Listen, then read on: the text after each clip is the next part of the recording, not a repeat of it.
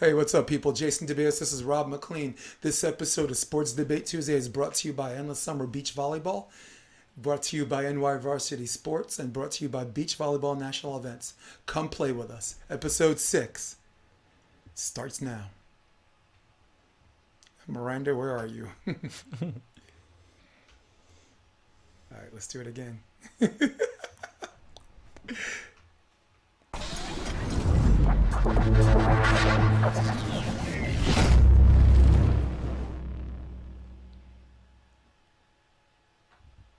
All right, I did it. We just had to get through the beginning of that. That's What's all. up, people? We are back. This is Sports Debate Tuesday. We are recording live. All right. You guys have any questions or any comments? Just cue in on Instagram Live, Facebook Live. Rob's got his phone with me, and right now we're on Facebook Live. Once again, I'm Jason DeBeas. This is Rob. Keep it McLean. McLean got a lot of camera on him. Got a good backdrop. That is how he's feeling if you look behind him. Before we start, I wanted to give a special shout out to everybody that showed their emotional support in one of my lowest moments. As some of you already know, my father passed away 5 o'clock in the morning over the weekend. And I didn't have a chance to get back to everybody, so it's not like me to post on social network that my dad died. But because I couldn't get back to everybody, that was my way of just saying thank you, and I really, really appreciate it. My phone blew up, man, in a good way, and mad support. And listen, I am a gentleman, all right? You have someone hold the door for somebody, right? You have the guy hold the chair so the girl's sitting down. You have someone that says sir and ma'am. You have someone helping an old lady across the street. Old school virtue, old school brother. That if you see any of that in me, that's my father. A guy, an iron worker that worked from 6 in the morning till 6 at night, 4 days a week, and then started his own business for iron work, Friday and Saturday.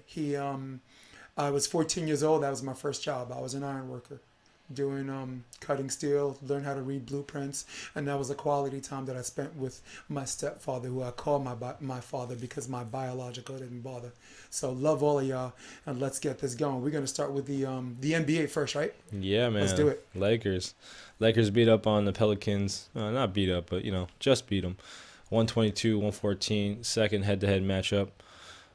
Did this game show more about LeBron's longevity or Zion's rise? All right, Rob McLean.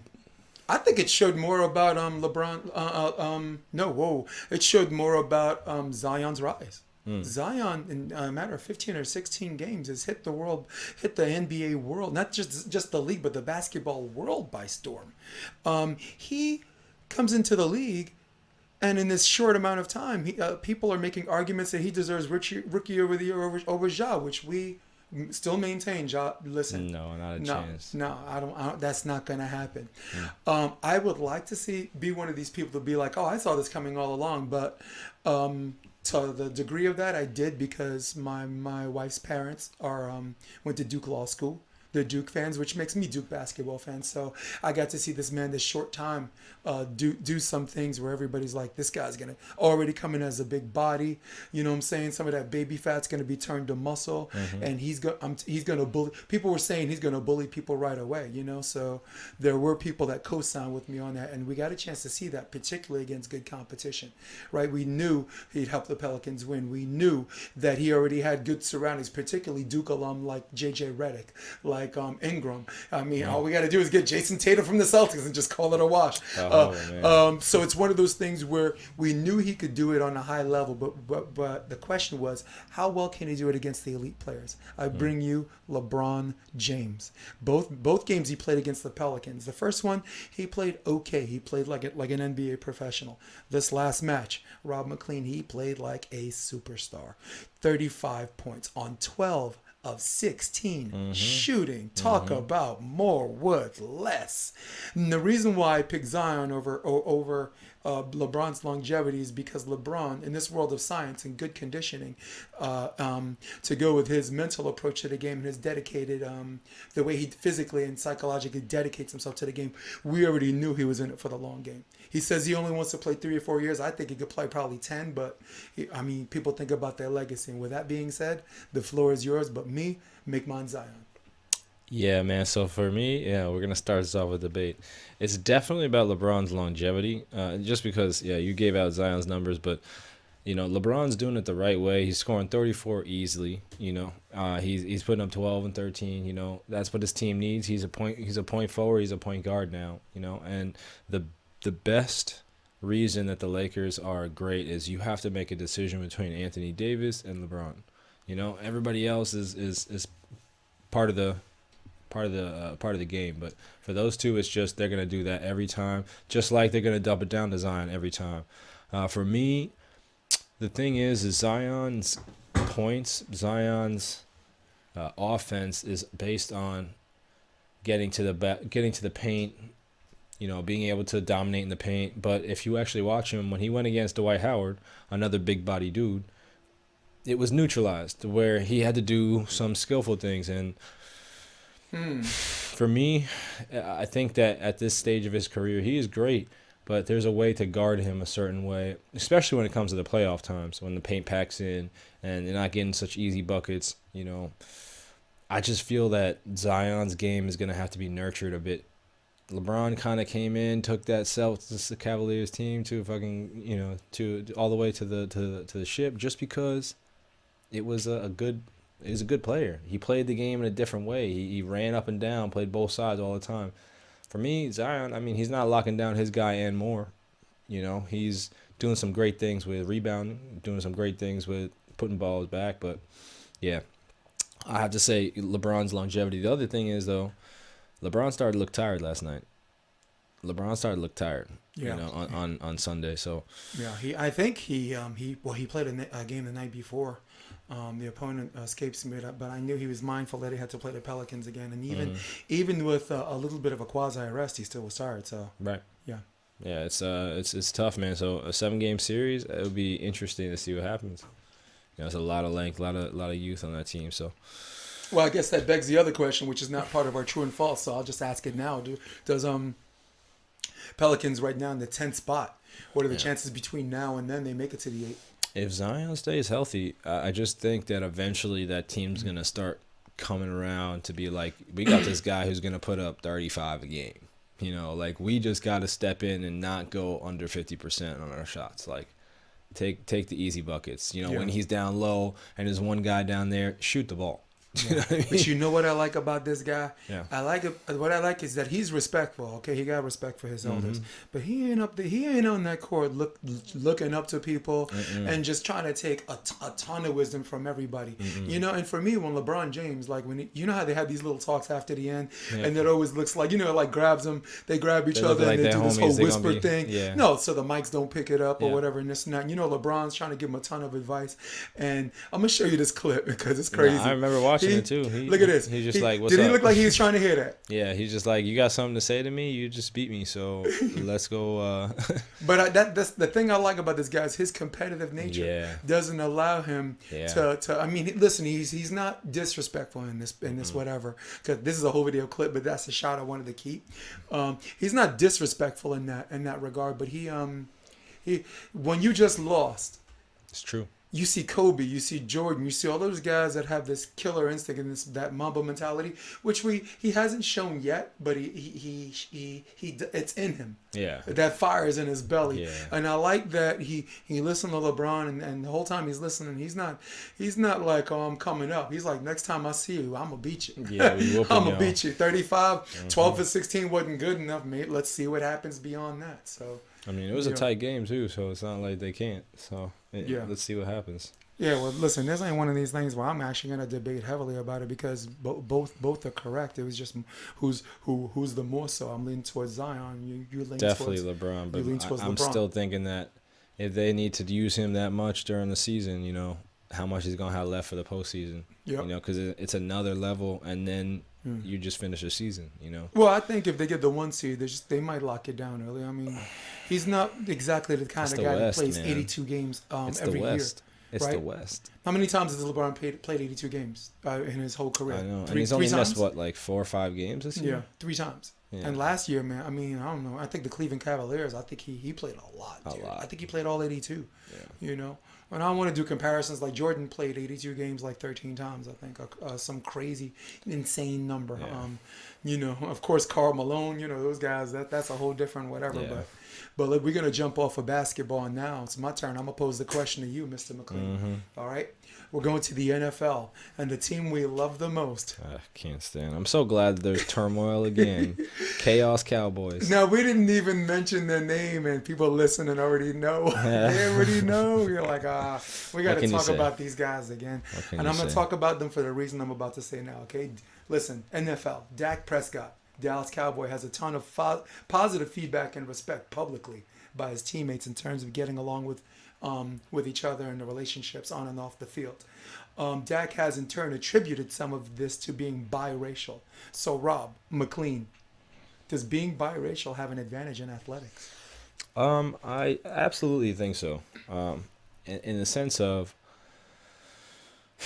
in two ways. So, inclusivity. You know, as it's funny. I was talking to my girlfriend about this. Is that when she was saying that she walked into a room of biracial people, and it was a very different feel because, you know, everybody's getting along, and there wasn't ever like a feeling like do I belong here or do I not belong here, because just being like a minority, like looked at it as a minority, because I'm half and half Irish and half African American, a little bit of Indian in me. Okay. American Indian, and then so like I don't really lie anywhere, but I've always known as like, you know, the darkest person in the white community or the lightest person in the black community, right? So there's always the minority feel. So when you're never like, there's either one group you hang out with or one group you don't hang out with. Right. And you don't really want that because you could hang out with either group, you know? So just being in sports where everything is kind of like, you know, there is no race in sports. There's just, you know, teammates. You know what I mean? You're kind of used to that. That's the way it should be, right? That's what I mean. Like, you're kind of waiting for that as a biracial person because you never really fit in anywhere. But then in sports, everybody fits in. So let's say somebody who is white in the white community, that's it, to go into an area where you might have teammates that are not white, that can affect you. Right. But if you're going to a place where maybe you've always been affected by not having people normally that look like you because everybody else is supposed to be around the people who they look like. Right. Maybe that's you're waiting for something like sports, or you always go back to something like sports because there's that community feel. You always are able to like, yeah, just be involved, you know. So I absolutely feel it's an advantage in sports. And then even to the super athlete, you know, the person who really does well, they're going to feel like, you know, a minority to the people who are just trying to enjoy sports. You know what I mean? So that's also comforting in that I've been here before. Like, it's not wrong to be feeling different than other people. Like, I want to do more, you know, I want to be better, you know, instead of, you know, joining the crowd and just being another sheep. You know, you kind of want to stand out. You want to be more than other people in a sense, you know? So I definitely think it's a huge advantage, and we're all biracial eventually. So. I was going to go two routes with this, Rob. The first route I was going to go, just the more fun route for anyone that's seen the movie Do the Right Thing. Spike Lee joint, I think the movie that actually put him on the map. When Spike Lee's asking the Italian guy who keeps using, you know, these words, Moulagnon and the N-word and this and that. He's like, who's your favorite athlete? He said, Michael Jordan. He said, who's your favorite actor? He's like, Eddie Murphy. And he's like, who's your favorite singer? He's like, he caught on. He's like, it's Bruce Springsteen. He says, no, it's not. It's Michael Jackson, right? So it's one of those things where people, they have these prejudices, but at the end of the day, when there's something in a genre that tickles their fancy the right way, doesn't matter who's doing it, they like it, and they don't consider that person black or even white, of that matter. And I think athletics, or every sports has always been the great escapism for people, particularly of African American descent, and particular people, maybe white people who are in an all black neighborhood. But I will highlight you, who's a mulatto. I don't like the word, but it is what it is. I'm a mulatto. My mother's black. My father's Irish and Swedish with a little bit of Cherokee Indian or whatever. So I will go another route. I grew up in a time period in the neighborhood where it was fun and playful to poke fun at race, but at the same time, done to a point where it's hurtful is inexcusable. I grew up. I went to an all-white school. They didn't want to touch me because they thought they're gonna turn black. I went to an all-black school. They're looking at the color of my skin. We ain't got time to dice up our white people. You're a cracker, you know. Go to a Latino school or whatever that's mixed. I hear white nigger. I hear wigger. I hear a zebra. I hear Oreo cookie. And people watching this, they're gonna get a little bit of a giggle at it. And looking back retrospectively, I think I do too. But at the time, it hurt. It hurt a lot. You have an identity thing, and people are if you had to choose one or the other, someone gun to your head, which one would you choose? And I've never, even then, I've never wavered.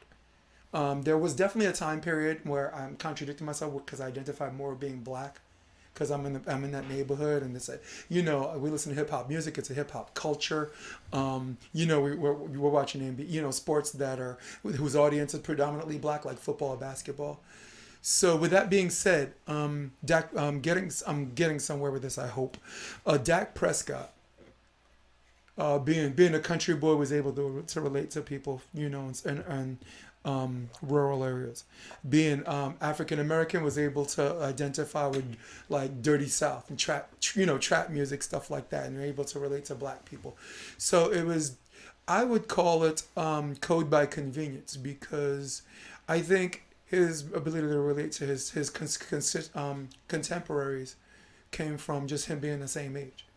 They don't identify with Tony Romo because, as young as Romo looks, Romo's older than him. It's Romo's true. 10, 11, He 10, 11, 12 years older than a lot of That's them, funny right? you say and that. he didn't, and he can't. I mean, you could, sometimes you could try to relate, but unless you're either neck deep in it, then it's really hard for you to relate. You can't jump out of it and back in like you can, unless you're really, really good. And some people aren't that good. Yeah. I'm not casting any aspersions on Tony, but to answer your question, I don't think it has as much to do with it as people says it does, because sports itself, once you perform and once you have that brotherhood and you're emotionally investing in each other and you're playing hard for each other and you leave the court. Yeah, it's like you're brothers. And long live sport. God bless sports, particularly the sport we play. We're volleyball players and coaches or whatever. Long live the NFL. Long live any sport where black, white, or the things that people that are of mixed race that have that grow up having this identity problem, where there's this, if not in this pure escapism, a meeting of the minds. Right. How's that sound? That's just about it. Cool, man. Next question. All right, man. UFC. Israel Adesanya puts his undefeated streak and UFC middleweight title on the line against the always dangerous Yoel Romero. Jason, who you got? Rob McLean. It's not going to be a debate, is it? I'm going with Yoel Romero. It's a debate. That's a debate. Is it? Oh, no, I gotta wait for your answer. Yeah.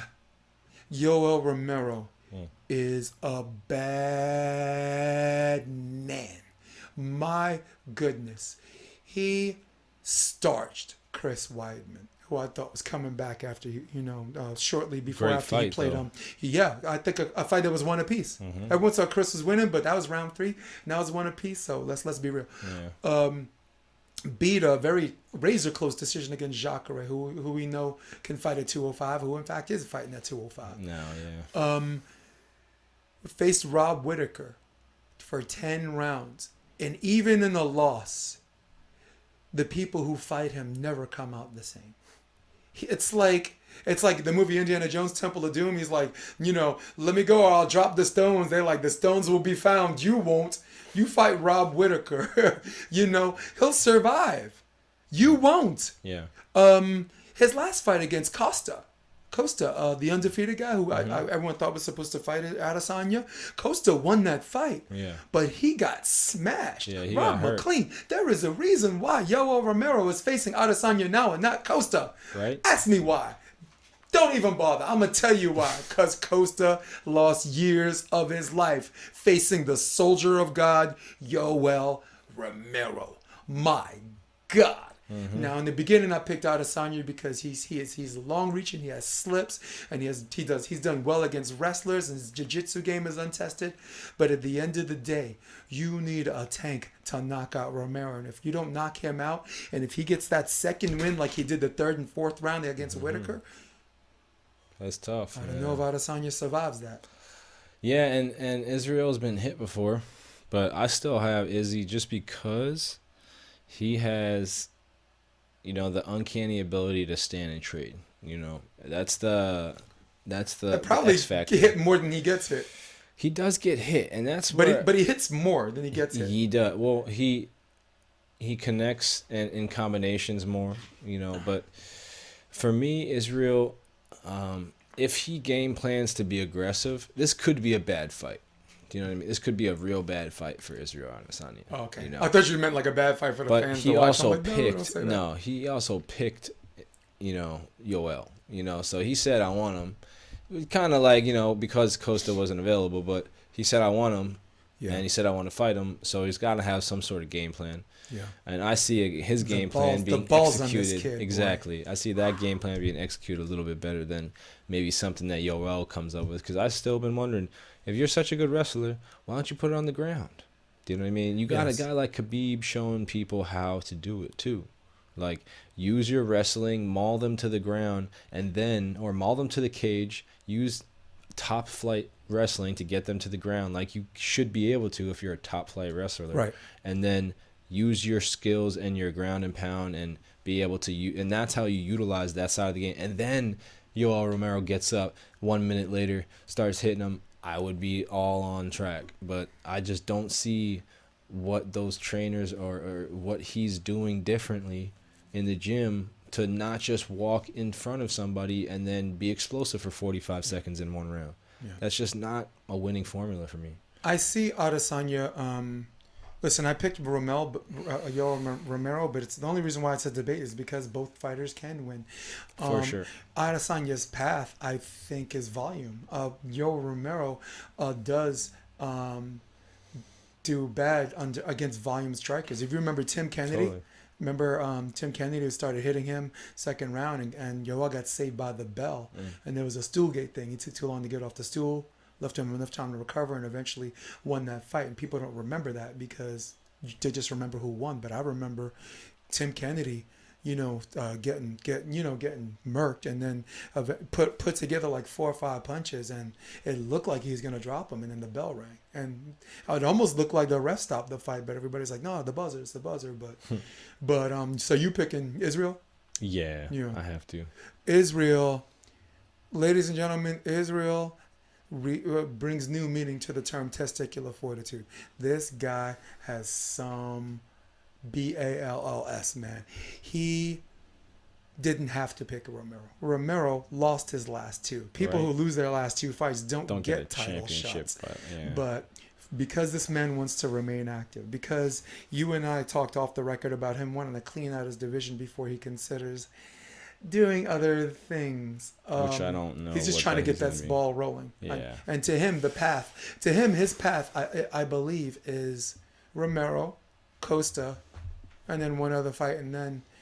And then she's talking about Jones. He's trying to fight John Jones, but again, I think that's a quote unquote legacy fight. I don't like what Jones been doing the last couple fights. I don't like his volume or what he's been doing with his volume. You know what I mean?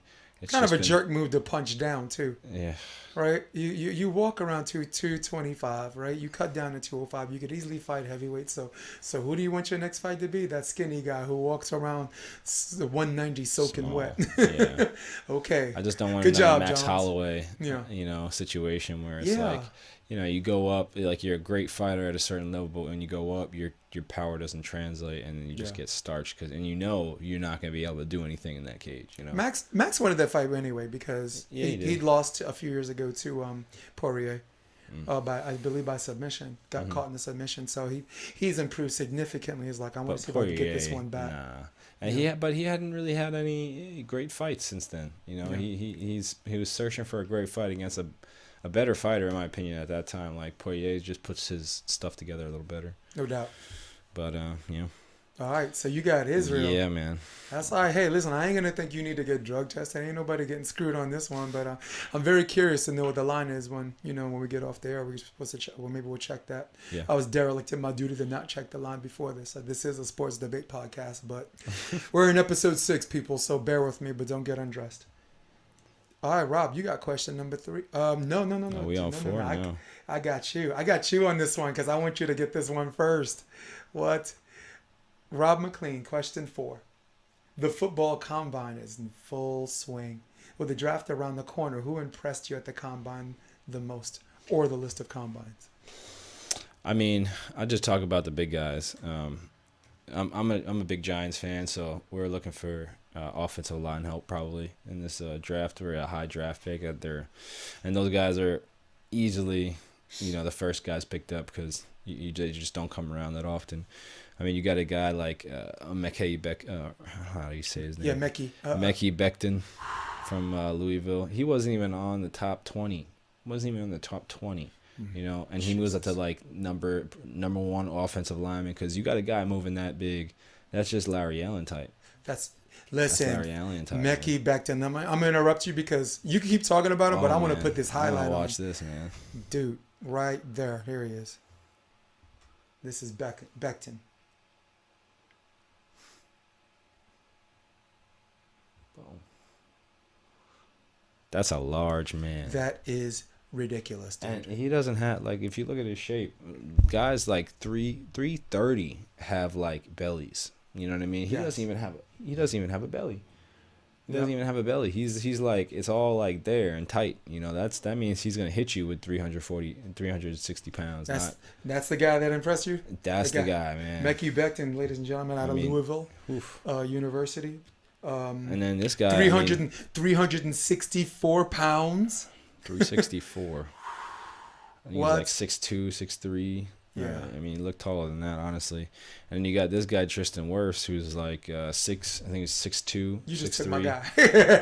I'm just saying, man, they got, that's who I really want them to pick, to draft. But 320, I think it was 306 they said in the combo, but 320, like 486, that's yeah, man, I'm just listing them all because I had this guy Claypool. This is the guy I really, if we had a chance to, if we needed a wide receiver. That's the wideout? The wide receiver, man. Yeah. He ran a 4.42 at 6'5", 238. And then he's the only other person to ever do that in the entire draft combine since 2003, Calvin Johnson. Yeah, well, there's 44 and a half inch vert. It's ridiculous. 6'5". You can recruit him. You need yourself a front row blocker for beach volleyball. And them skinny old legs. Boy, let me tell you something. That guy plays some tree trunks for you, right? He got some tree trunks. Yeah. Well, the thighs are, yeah. Jeez. Yeah, Claypool. There's a reason why Notre Dame was like, why are they in the top 10? Who the hell do they have that's keeping them in the top 10 is this dude, man, Claypool. It's funny. They always got somebody like that. They always got somebody. Yep. Just because like they don't, their offense is just dry. Yep. So Rob, here's what you got, man? I took all your guys. Here's the thing. Yo, you just did an 8 Mile, man. You just did an Eminem. Like, I know everything he's about to say against me. I am white. I am a freaking bum. That's the best part. I'm gonna just drop the mic. Oh. All right. So listen, before I even talk about these big guys running like freaking track stars, for those of you listening at home, I'm a fearless guy. All right, I'm ex-military, Gulf War vet. Hung out with the airborne guys, the Ranger guys. So this fear factor, I'm not scared of anybody. But the people I was scared of the least, Rob McLean, were big people. Do you want to know why? Because they couldn't catch me. I could say all I want. I'm going to be like, come on, let's go. And when they had to come after me, they couldn't catch me, even though if they do it. That's a wrap. But with that being said, I'm scared of big guys again, Rob. Yeah. I'm scared of big guys again. These dudes can catch me. And you want to talk about favorites? One I'm gonna highlight. We're gonna talk about Albert that's Okwe Bonham from out of Missouri. He was 250 pounds. He was a tight end. He ran the 4.49. All right, and the 40. But I want to bring your attention to this dude. This dude, Tristan Wirfs. offensive lineman out of Iowa. All right, we're gonna go to the clip. Sorry, I don't have you around, Miranda, but this is for you people. Watch this. Sorry. Look at that dude go. That is ridiculous, dude. That is Tristan Wirfs. That is 322 pounds. 322 pounds a whoop behind. That dude is just moving. You talked about Becton. Becton was moving really well. Becton's 364. These people with these barrel bodies and these long, ridiculous arms designed to knock defensive ends on their butts. It's continuing to be this big evolution. And I have a feeling next year is probably going to be even. We're going to be even more wowed. Well, I mean, the guy Chase Young didn't even test at the combine. You know, he's supposed to be the number 1 pick, number 2 pick because he's not a quarterback, but he's the best overall prospect, and he's supposed to be the twitchiest, most athletic dude out there. I just think, the way that people are training, the way that. He in maybe a different time he might have had to been outside linebacker Chase Young. No doubt. Nick and Joey Bosa, they might have been defensive tackle because they weren't quick enough, and they weren't big and quick enough. It's just like the game is changing where it's more of like what do you want to do and go out there and execute. Right. Because you can play any position. You don't have to be that big. You can gain all this weight. You can be stronger. So I just think it's giving a lot of people opportunities the way different trainings are going out, and that there is training, that there is the ability for pro players to come back and help. So yeah, it's great to see, man. It's good to see. Love the sport. I personally never use the combine as a gauge for what people can actually do on the field because, as you know, as an elite athlete yourself, and me as a former elite athlete, that getting on, like, I consider experience. To quote the Avengers when Loki was offering experience as a service to Thanos. Thanos was like, if you consider failure experience, he's like, I consider experience. So that's me in the sense that if you looked at Tom Brady at the combine, I mean, you could have ran backwards on the 40 and beat his time, all right? Mm-hmm. You looked at the way his body type looked. Your vertical jump, I don't even think they testing quarterbacks on that. And then his ability to actually play football. I think the NFL and these people who do this for a living have been very mindful of that. But it doesn't mean it ain't fun. It doesn't mean that these elite things don't somehow transfer or translate to how they play the game, right? To hone this athleticism and into the skill set, and of course that ruthless aggression that comes with playing in the NFL. Well, I would just say that it matters. It does. You know what I mean? And I think teams can appreciate it more. And there's some positions where it matters a bit more. Like you running like that, you're a certain type of an athlete. Yeah. You know what I mean? That's just what it is. Mm-hmm. So it's just like, I just think that I do think people take it too far. And say, this guy is so good. How could you not? And I say that, like, that's why I'm putting Becton at a certain level on the draft because if you have a guy that's like most offensive linemen are 330 pounds. Defensive linemen a little bit smaller unless they're interior defensive linemen. This guy is bigger than your guard, and he's moving with feet like a tackle. Like, it doesn't even matter. He could be less skilled and be better. Right? So there's certain levels where that is, but that's at the peak of the mountain, the very best. Everybody else is like a mixture of what's on tape and what's on the combine. So it helps. It really helps. It does help. It does. But it has to be good tape too. Yeah, there's that too. For me, it's difficult because if you look at the NFL right now, some teams, the winning teams, are catching on to something a lot of teams still aren't, that are continuing to lose, and it's this, Rob. There comes a time when the world stops rewarding you for potential. All right, you got someone that does the 40, that has the vertical, can throw a ball 60 yards from here to here. Can he play the game? All right, a couple of years ago, I said this league is turning into the era of the short white guy receiver, because those are the ones that don't have breakaway speed. They're not going to catch and throw and beat you on the break. You're going to catch up to them, but they're going to be open all the time. Julian Edelman, Wes Welker, whatever. And then it's turned into the time of the tall white guy tight end. These big guys who in the past had butterfingers. If you remember Kyle Brady from the New York Jets, couldn't catch any. I mean, you could have pitched it. He's just off of his hands. So these tight ends right now, I hate to say white guy because it's such a stupid thing to say, but like Kittle, Kelsey, Hawkinson. Gronkowski back then.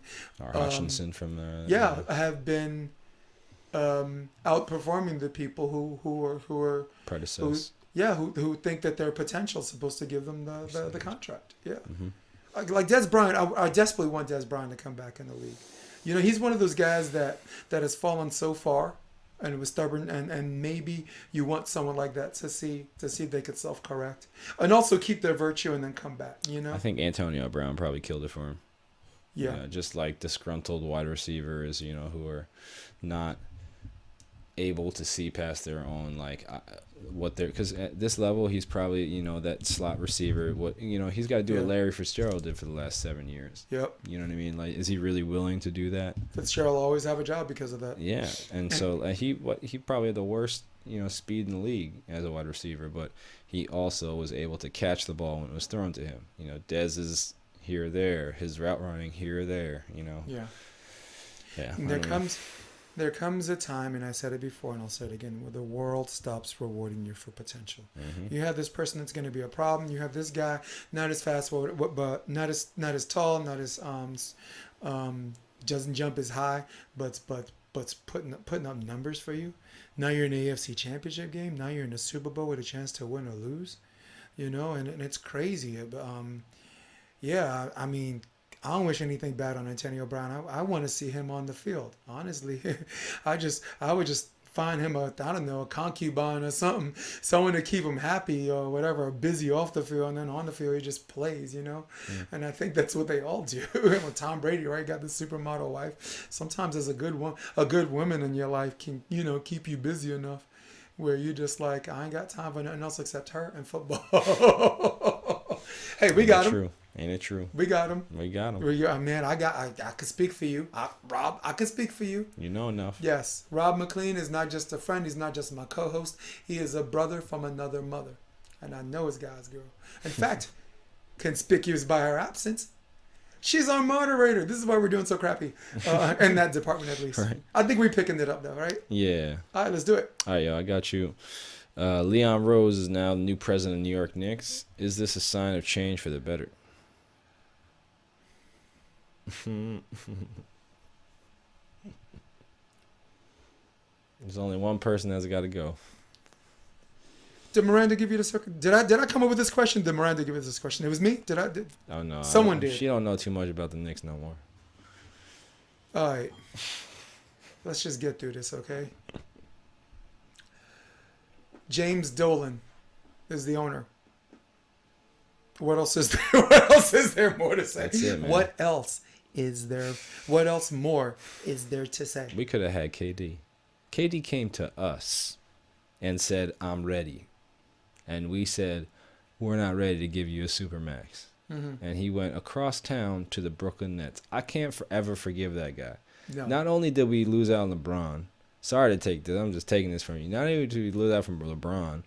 And then we courted him for a lot of money. I can't say how much because I may know how much, but I can't say how much. They courted him for a lot of money. And he just came through, took a day or two in the city, boom, right out to Miami. I'm staying in South Beach.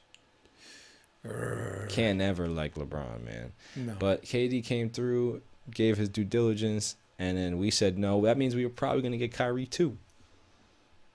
And then they just go right over to Brooklyn. Like, are you kidding me? Yeah. I can't ever forgive that guy. Get him out. Get him out.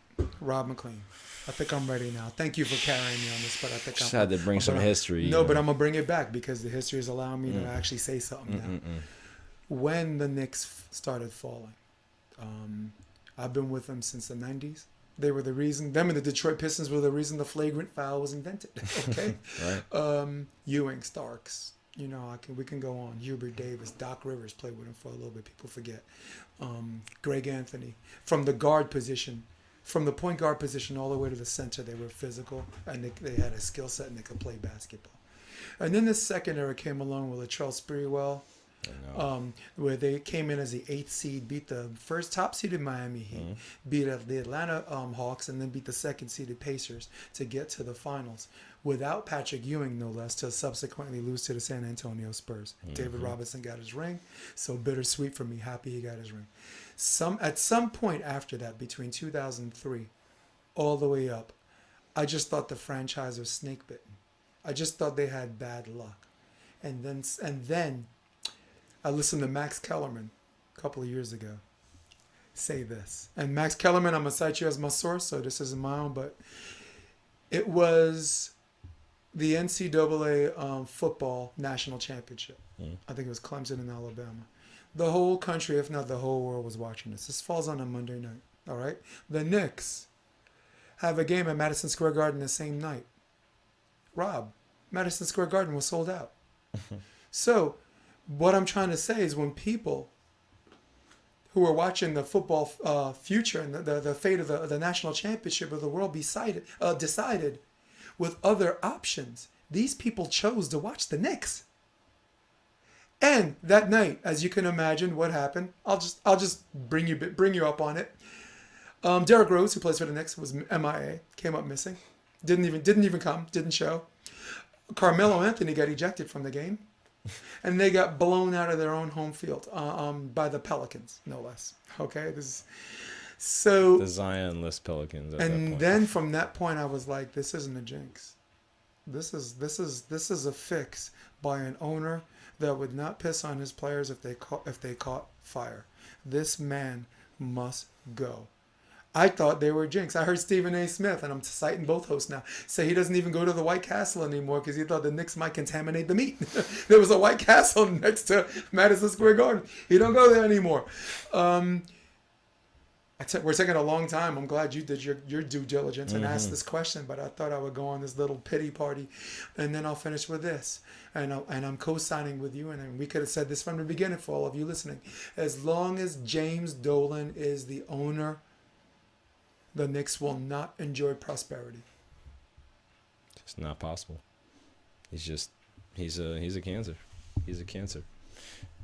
Yeah. Oakley gets thrown out of the Garden. Come on, man. That's just this stupid. man is so bad. If you remember the first episode, I showed you my Nets hat. Right? I bought a hat. Just came in. Delivered to the West Coast, special just for me. Thank you, Bernard Norman. Thank you, Lids. Lids.com. All right. It's going to be never Knicks now. Yeah. Never Knicks. All right. So let's do, I'm going to take us through our last segment. This is called True and False. For everybody listening, let's have a good time.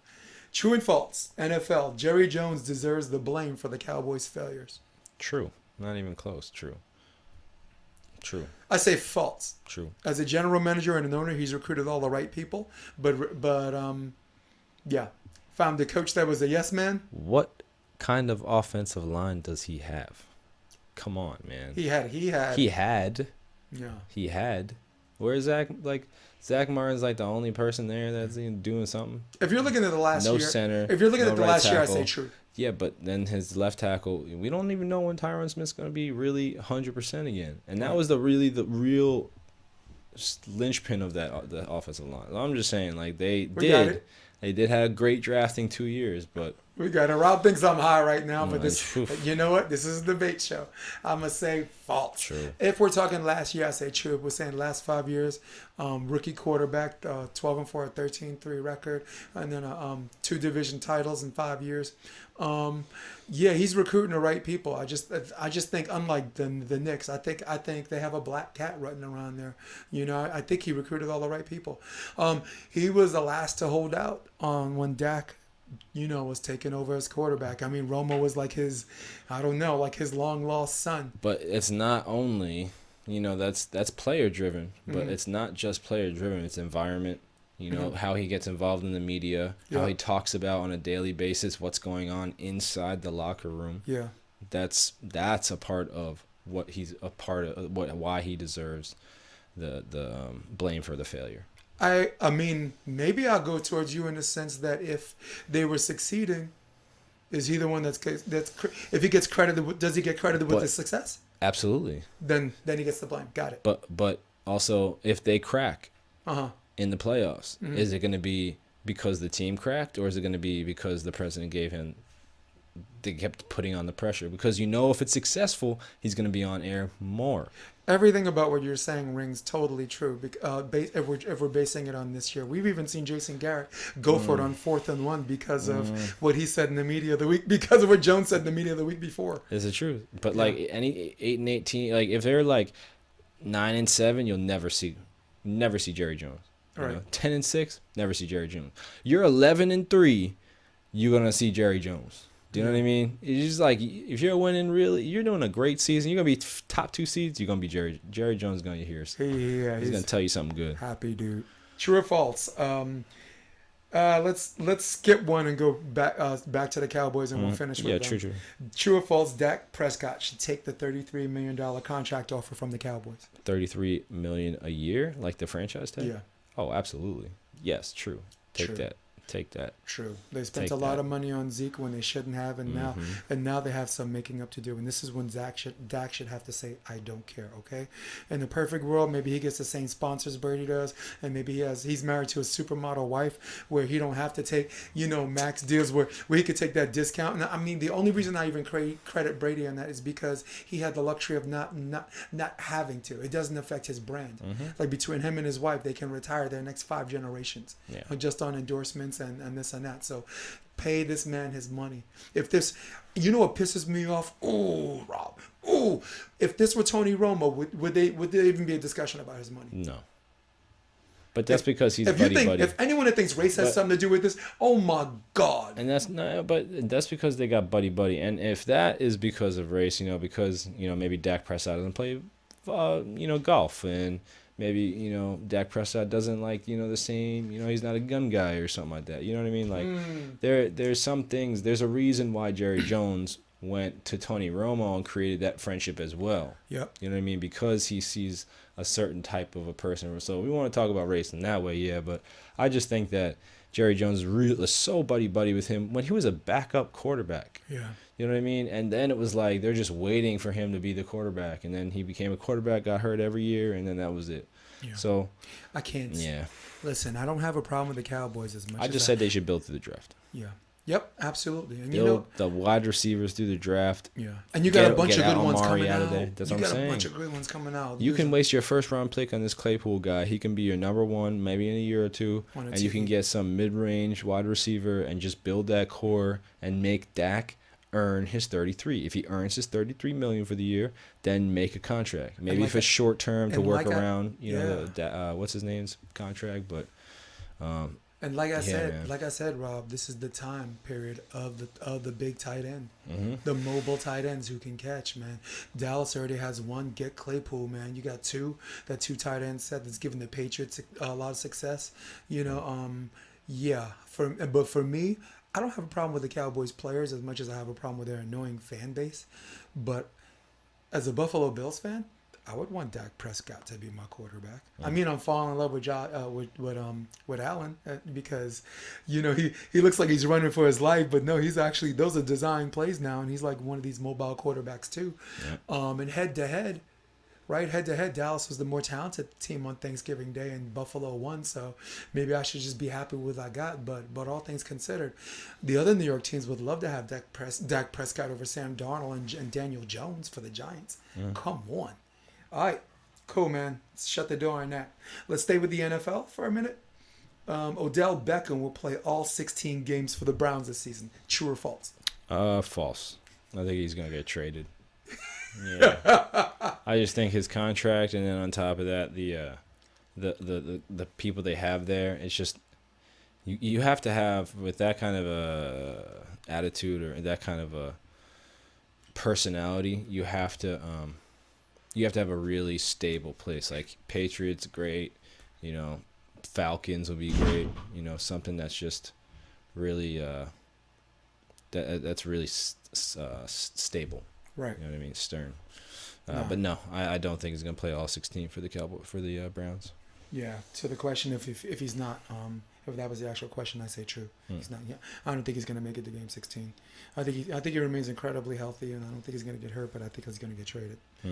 All right. True or false? LeBron can run for president and win. LeBron James. False. If we're talking about this year coming up, in the future, I don't see why not. I just think you'd have to put in a lot of public face because he's a different type of a public face right now. Yeah. So I gotta go with True. I mean, the guy is squeaky clean. Guy that came out of high school got offered a whole this ridiculous amount of money at such a young age, and you know how young people can go, like spending more than they make and all that stuff. Married his high school sweetheart. No controversies. Leans a little bit left. I think he endorsed Hillary or whatever. But he's one of these guys that seems extremely fair. His philanthropy is well documented in the NBA. absolutely. I think he's, in regards to being the greatest of all time, it's Jordan, but being the GOAT as far as a player and an ambassador for the NBA, and could be a great ambassador for the United States, if not the world. LeBron James, very fair-minded. And I got to go with True, but I lean a little more towards you if we're talking about 2020. Yeah, no, not this. No, the only way he could run, he would have to run under no party preference because there's a timeline to register as an independent or a Democrat or whatever. Right. So there's the a timeline future, to actually get balloted. So there's two ways to get to become president, Rob. To be balloted in all 50 states and win a debates. I think if that guy can, I think, like Jesse Ventura once said, if LeBron can debate him, he could beat him. And that's why I think he become president. It's as simple as that. People think debates, my wife thinks debates don't have a large thing to do with it, but trust me, there are people that are more worthy candidates who are not allowed in the debates. Like before, Kennedy and Nixon, that was like the first. It's like a gentleman's debate, yeah. Yeah, it was like the first like TV debate, and you could just tell who you'd want in office by the way they acted, in the debate. That's really the deal, Right. I agree. So. All right. So, moving along.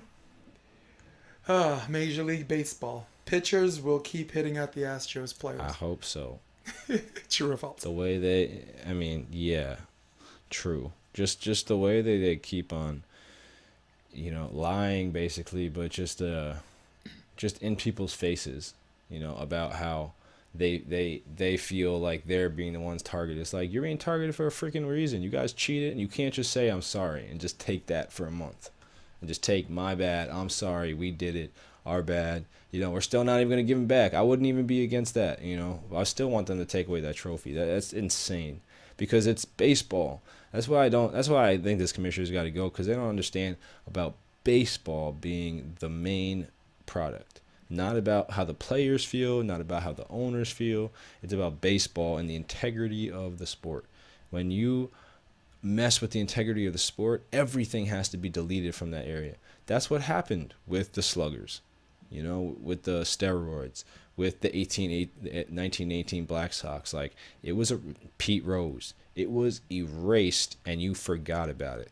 We will not forget about the Astros because of the commissioners' lack of action on the scene. Very well said. But in terms of the question of true or false, Rob, I got to go with false, and I'll tell you why. Rob McLean, Chael Sonnen, former UFC and Bellator commentator, and ESPN analyst, once said, if you get busted for performance-enhancing drugs, or if you get busted cheating, the two best things you can do is go into hiding. Don't comment on it. Go in your room, plug yourself into video games, let it blow over. The second thing you could do is get up on that podium. Next day, come clean. You got me. I'm sorry. Why did you use performance-enhancing drugs? To enhance my performance. Do you think I'm going to take something that's going to diminish my performance? And I believe that. And that does not just apply to MMA. What pisses people off, and you're pissed right now. Mm-hmm. I could see it in your eyes. I've seen you piss before, dude. The thing that pisses people off is the arrogance. The thing that pisses people off is making rationalizations that makes it excusable, where, like, if you did it again, you could come up with the same thing and everybody buys it. What pisses people off is they don't get up there and say, I'm sorry. What pisses people off is that their arrogance makes them come after you for their wrongdoing. Comes after you for their wrongdoing. Come after media members. Try to, like I say, maybe blacklist this guy. He can't do his job now. Lance Armstrong, went after the media, Right. almost went after people's jobs, Right. only to go up on Oprah to be like, you know what? Years later to go, I'm sorry. Now I'm a forgiving dude, but I knew there's a lot of people like I don't want to hear it. Sorry. Yep.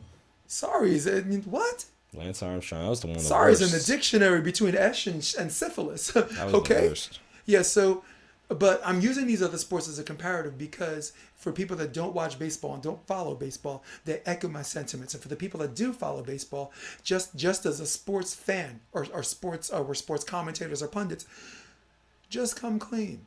And now I say false because the league has done nothing to succumb to the will of the fans and the general public on this. They are protecting the players.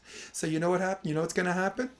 People are they're gonna serve longer suspensions. And they're gonna get fined more, and they're gonna go And out they're of gonna their have way. lawsuits on their hands. And they're gonna go out of their way to protect the players. Yeah, and they're gonna have lawsuits on their hands. Because right now the penalties aren't whatever. If you get suspended, if a pitcher gets suspended, guess what?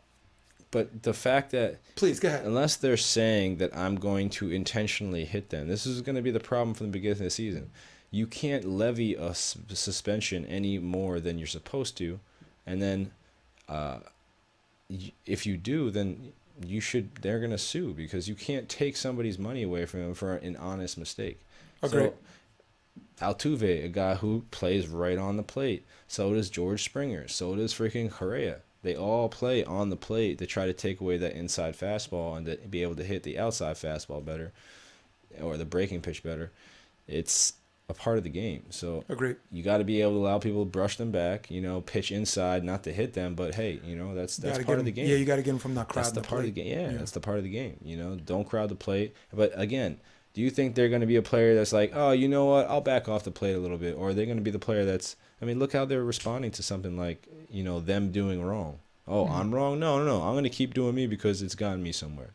That's their mentality, and you just have to see it for that. And I just think that there's a lot more that has to be done for them to take things away than it is to just say, you know what, everything happened, it is what it is, we're just going to keep it as it is. That's lazy. That's lazy. And that's what I was getting to in the sense that like if you look at a pitcher gets suspended, it's 5 games, which is nice if you're a player.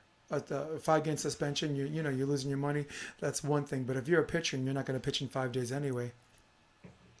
No, usually it's it's 4 or 5 games, so they're not going to pitch for 25 games in a sense. Well, that's what they worse. changed it to, because you remember when A-Rod was getting hit when he came back, the Boston Red Sox pitcher, he got suspended for 5 games, and his next start he was there. So, but they did. Well, for A-Rod because he's a position player. Right. Yeah. No, the pitcher that threw to him. The pitcher that threw to him, and he was 5 back days. in That's the cool. next rotation. Yeah, I wasn't gonna pitch in 5 days anyway. So, no, but my point is, and you agree, and I think you agree with me on this. They have to, the fines and the suspensions have to be more. You start hurting people's pocketbook, and instead of protecting the play, to protect the players, which I think you have to some extent, which is why I said false. No, they were one of the most hit teams before any of this happened. Yeah. Wow. Okay. Yep. So they were like top 2, top 3 in the league in hit and batters hit. No doubt. So, dude, we're almost running over, but let's finish with this last true or false question. True or false, Rob McLean? Kevin Durant will play in the Olympic Games in 2020. No, false. Kevin Durant needs to play more than a full season in the NBA where he actually makes his money than to try and do that. Would be a double season then, because you know what I mean, he'd be heading from NBA or working towards the NBA to go to the Olympic Games, then to go back to the season. It's gonna be a lot of work on him before he actually gets full. It's just not gonna happen. I'd like to explore this more in the next episode, but for now I'm gonna go false with you on this one. I think not because he doesn't want to, he wants to. The only reason why it's even a story is because he wants to. And I can get into this whole thing about when we weren't sending our best, we were getting beaten. They're like, oh, why don't we send our best? And now we're sending our best. Oh, these people get paid to play in the NBA. Or why? So there's an overwhelming contradiction that comes with commentary and punditry on this one, which I just want to think about a little more. But for right now, since if I'm asked true or false, got to go with you. Got to go false. Yeah. Hey, guys, for everybody watching at home and everybody watching on Facebook Live right now and Insta Live, and we'll be watching a future production on this. want to thank you guys for joining us. This is episode 6. We are just banging it out.